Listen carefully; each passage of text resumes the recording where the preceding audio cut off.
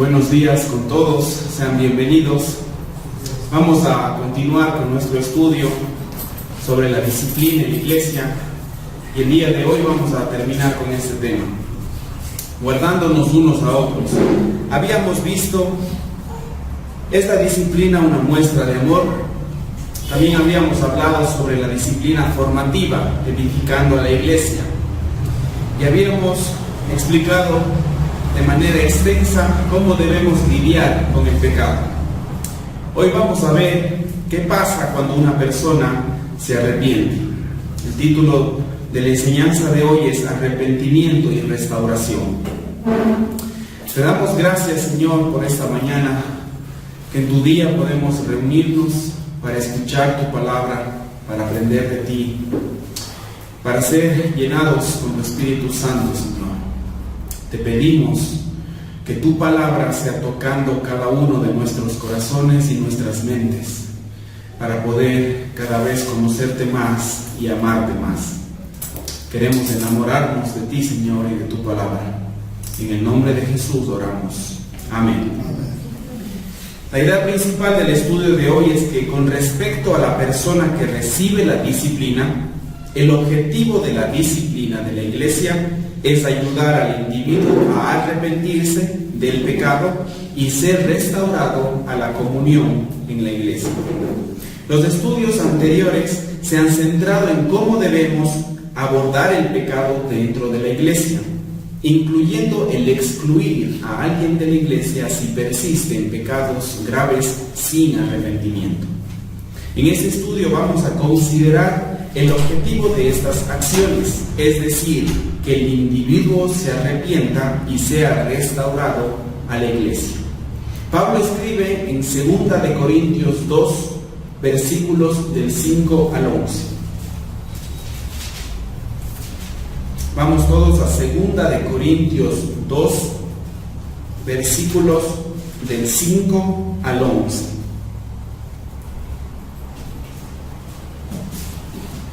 Pero si alguno me ha causado tristeza, no me la ha causado a mí solo, sino en cierto modo, por no exagerar, a todos vosotros.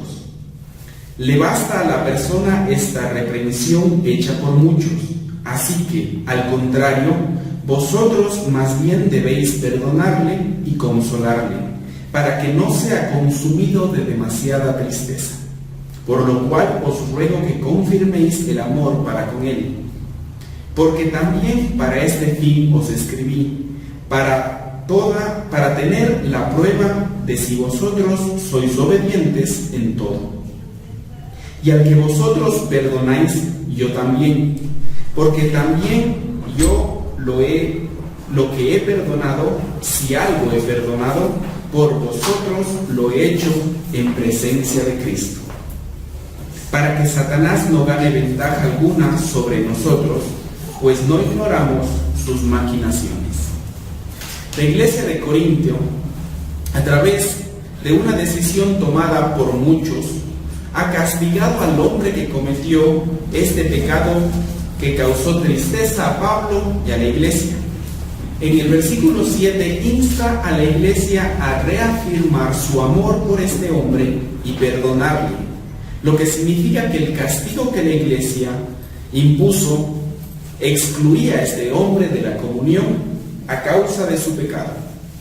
Esto es confirmado por Mateo 18, del 15 al 20 y 1 de Corintios 5, los pasajes que ya hemos considerado en los dos estudios anteriores.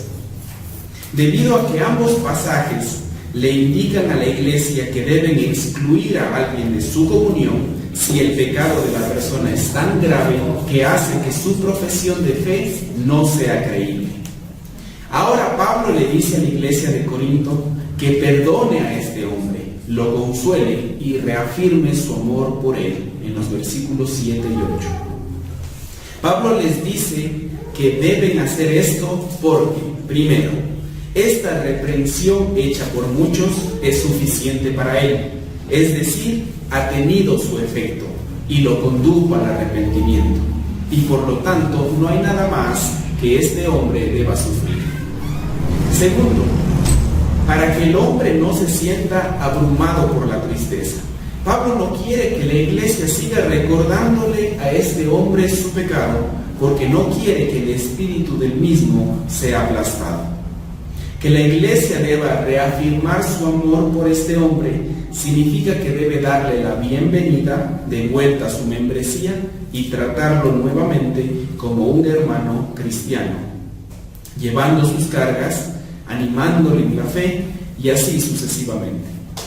Esto podría tener al menos algún tipo de elemento público donde la iglesia extiende formalmente su perdón, reafirma su amor por él y le da la bienvenida de nuevo a su comunión. Los ejemplos prácticos de cómo sería esto en la iglesia local, en particular, pueden variar. Pero basados en las enseñanzas de Pablo en este pasaje, es evidente que la iglesia debe aceptar a alguien nuevamente en calidad de miembro si él o ella se arrepiente del pecado por lo que fue excluido o excluido. La iglesia no debería aceptar a alguien de vuelta a la membresía si él o ella sigue cometiendo el mismo pecado, no demostrando un verdadero arrepentimiento. Que una iglesia deba aceptar de nuevo a una persona si se arrepiente de sus pecados y solo si se arrepiente, naturalmente nos lleva a preguntarnos: ¿en qué consiste el arrepentimiento verdadero? Aprendamos algo acerca de esto en 2 de Corintios 7, donde Pablo se refiere a cómo los mismos corintios se arrepintieron de su anterior tolerancia ante este hombre que se opuso a Pablo. 2 de Corintios 7, versículos del 5 al 13. Porque de cierto, cuando vinimos a Macedonia, ningún reposo tuvo nuestro cuerpo, sino que en todo fuimos atribulados, de fuera conflictos, de dentro temores. Pero Dios, que consuela a los humildes, nos consoló con la venida de Tito. Y no solo con su venida, sino también con la consolación con que él había sido consolado en cuanto a vosotros, haciéndonos saber vuestro gran afecto, vuestro llanto, vuestra solicitud por mí, de manera que me regocijé aún más. Porque aunque os contristé con la carta, no me pesa, aunque entonces lo lamenté, porque veo que aquella carta, aunque por algún tiempo os contristó, ahora me gozo, no porque hayáis sido contristados, sino porque fuisteis contristados para arrepentimiento, porque habéis sido contristados según Dios, para que ninguna pérdida padeciereis por nuestra parte. Porque la tristeza que es según Dios produce arrepentimiento para salvación, de que no hay que arrepentirse, pero la tristeza del mundo produce muerte. Porque he aquí esto mismo de que hayáis sido contristados según Dios, qué solicitud produjo en vosotros, qué defensa, qué indignación, qué temor, qué ardiente afecto, qué celo y qué vindicación. En todo os habéis mostrado limpios en el asunto. Así que, aunque os escribí, no fue por causa del que cometió el agravio, ni por causa del que lo padeció, sino para que se os hiciese manifiesta nuestra solicitud que tenemos por vosotros delante de Dios. Por eso hemos sido consolados en vuestra consolación, pero mucho más nos gozamos por el gozo de Tito, que haya sido confortado su espíritu por todos vosotros. Al parecer, Pablo escribió otra carta a los corintios que no se preservó. Parece que esta carta Pablo reprendió fuertemente a la iglesia por abrazar a alguien que se le opuso y trató de socavar su ministerio, e instruyó a la iglesia a excluirle de su seno.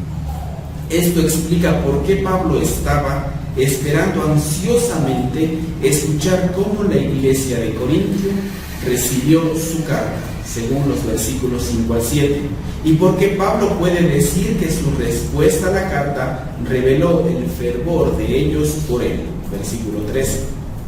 Pablo sí se arrepintió de haber escrito a los corintios porque su carta trajo tristeza a los corintios, según el versículo 8.